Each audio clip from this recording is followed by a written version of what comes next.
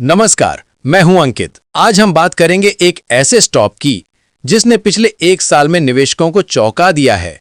नाम है CIAN agro industries and infrastructure limited. 1985 में शुरू हुई ये कंपनी आज सिर्फ खाद्य तेल तक सीमित नहीं है। अब ये काम करती है कृषि, स्वास्थ्य सेवा, अवसंरचना, चीनी, एथेनॉल, पावर, उर्वरक, डिस्टिलरी, LPG और अल्कोहल जैसे कई क्षेत्रों में।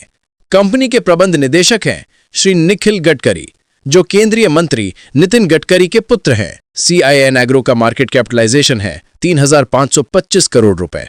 अब जरा फाइनेंशियल परफॉर्मेंस देखिए। फाइनेंशियल ईयर 2024 में राजस्व था केवल 171 करोड़ रुपए, लेकिन फाइनेंशियल ईयर 2025 में यह बढ़कर हुआ 1,029 करोड़ रुपए, यानी लगभग 821% की जबरदस्त छलांग। नेट प्रॉफिट पहुंचा 41 करोड़ रुपए पर।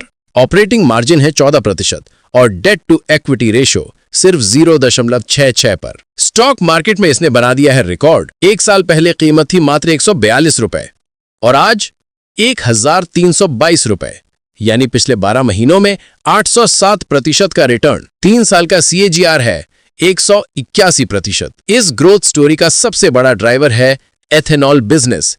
फरवरी 2024 में कंपनी ने गन्ने की शीरा और CO2 से एथेनॉल बनाना शुरू किया और भारत सरकार के 20% एथेनॉल ब्लेंडिंग लक्ष्य से इस कंपनी को सीधा लाभ मिल रहा है। कंपनी लगातार विस्तार कर रही है। हाल ही में इसने अधिग्रहण किए Manas power ventures, Swapnil promoters and developers और अगस्त 2025 में SEC1 sales and marketing private limited. साथ ही कंपनी के पास है 270 मेगावाट का थर्मल पावर प्रोजेक्ट। लेकिन निवेश से पहले जानना जरूरी है रोकिम। पी रेशियो है 39.7, यानी स्टॉक काफी महंगा है। 44.3% प्रमोटर शेयर्स गिरवी रखे गए हैं और नेट प्रॉफिट के बावजूद कंपनी डिविडेंड नहीं दे रही। प्रतिस्पर्धा की बात करें तो मारिको का पी रेशियो है 56, पतंजलि फूड्स का 53, गोकुल एग्रो का 22 और CIAN एग्रो का 39। भविष्य की संभावनाएं भी रोचक हैं।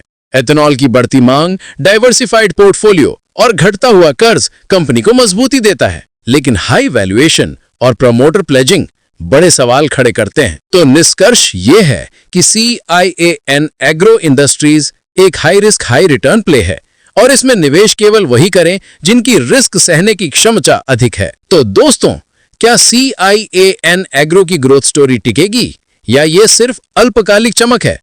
आपका क्या मानना है? कमेंट में बताइए। नमस्कार, मैं हूं अंकित।